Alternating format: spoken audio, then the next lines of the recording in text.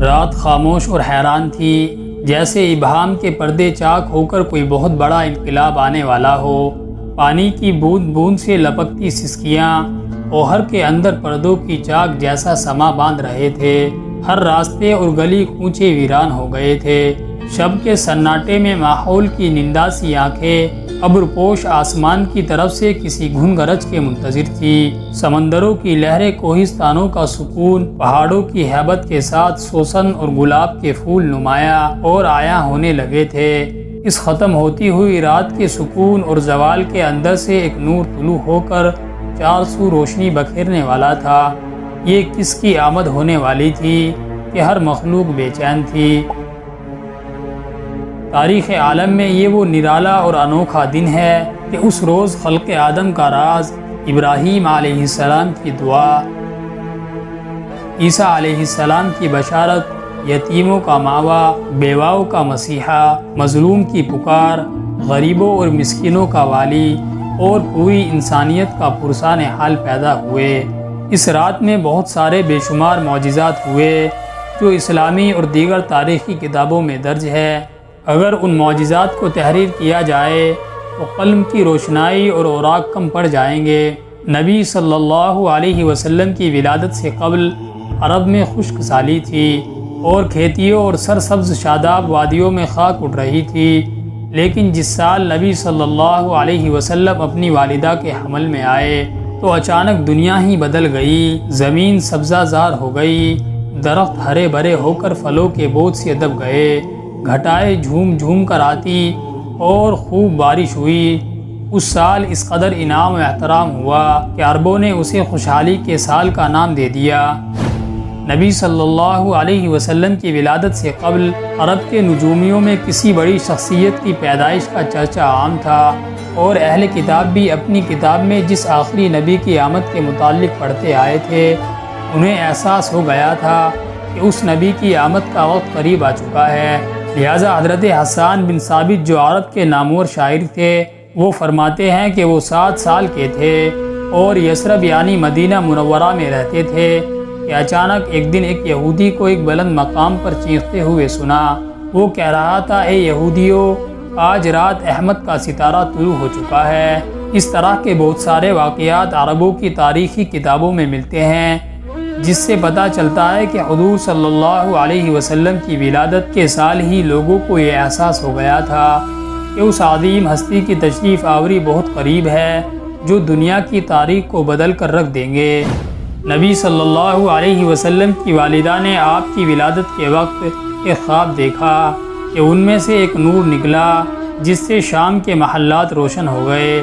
لہٰذا جب حضور صلی اللہ علیہ وسلم پیدا ہوئے تو ان کی والدہ سے ایسا نور ظاہر ہوا جس سے مشرق و مغرب کے درمیان ہر چیز روشن ہو گئی۔ وہ نور اتنا روشن تھا کہ بی بی آمنہ نے شام کے شہر بصرہ کے محلات دیکھ لیے۔ حضرت عثمان ابن ابی عاص رضی اللہ تعالیٰ عنہ سے روایت ہے کہ میری والدہ نے بتایا کہ میں اس رات حضرت آمنہ کے پاس تھی جس رات نبی کی ولادت ہوئی۔ میں گھر میں ہر طرف روشنی اور نور پاتی اور محسوس کرتی جیسا کہ ستارے قریب سے قریب تر ہو رہے ہوں، یہاں تک کہ مجھے گمان ہوا کہ کیا یہ میرے اوپر گر پڑیں گے۔ جب آپ کی ولادت ہوئی تو خانہ کعبہ نور سے منور ہو گیا اور ستارے زمین کے قریب ہو گئے۔ فرشتوں نے آہستہ اور اونچی آواز سے اعلان کیا، جبرائیل علیہ السلام بشارت لائے، اور عرش خوشی سے جھوم اٹھا۔ حوریں اپنے محلات سے نکل آئی اور عطر نچھاور کرنے لگی۔ بی بی آمنہ کے ارد گرد فرشتے کھڑے ہو گئے اور انہوں نے اپنے پروں کو پھیلا دیا۔ بحر و بر کی ہر مخلوق تسبیح بیان کرنے لگی اور امام کائنات کی آمد میں جھوم اٹھی۔ مشرق کے چرند و پرند مغرب کے جانوروں کے پاس مبارکباد لے کر گئے اور یہی عمل آبی جانوروں نے کیا۔ نبی صلی اللہ علیہ وسلم کی ولادت سے کفر کے دیوانوں میں بھی ہلچل مچ گیا۔ نبی کے والد محترم حضرت عبداللہ آپ کی ولادت سے قبل ہی انتقال کر چکے تھے۔ آپ کے دادا عبد المطلب نے جب پوتے کی ولادت کی خبر سنی تو کعبہ میں جا کر سجدہ ریز ہو گئے اور اس نعمت پر خدا کا شکر ادا کیا۔ اسی وقت آپ نے یہ منظر دیکھا کہ کعبے کے ارد گرد موجود تمام بڑے بڑے بت لات و منات و عزا اور حبل سب کے سب منہ کے بل الٹ گئے اور زمین پر گر پڑے۔ بحر تبریہ کا پانی خشک ہو گیا اور فارس کے آتش کدے کی آگ بجھ گئی جو 1000 سال سے مسلسل جل رہی تھی اور ایک لمحے کے لیے بھی اسے بجھنے نہیں دیا۔ آتش پرست اس آگ کی پوجا کرتے تھے۔ قیصر و کسریٰ کے شاہی محل میں زلزلہ آنا اس جانب اشارہ تھا کہ اب دنیاوی جاہ و جلال کے جھونٹے محل زمیں بوس ہونے والے ہیں اور خود ساختہ خداؤں کی عظمت ملیا میٹ ہونے والی ہے۔ جب نبی صلی اللہ علیہ وسلم پیدا ہوئے تو اللہ تبارک و تعالیٰ نے آپ کو پاکیزہ بدن اور تیز بو کستوری کی طرح خوشبودار، ختنہ شدہ چہرہ نورانی، آنکھیں سرنگی اور دونوں شانوں کے درمیان مہر نبوت درخشاں پیدا فرمایا۔ حضور صلی اللہ علیہ وسلم کی اس دنیا میں تشریف آوری کے ساتھ ہی کفر و ظلمت کے بادل چھٹ گئے۔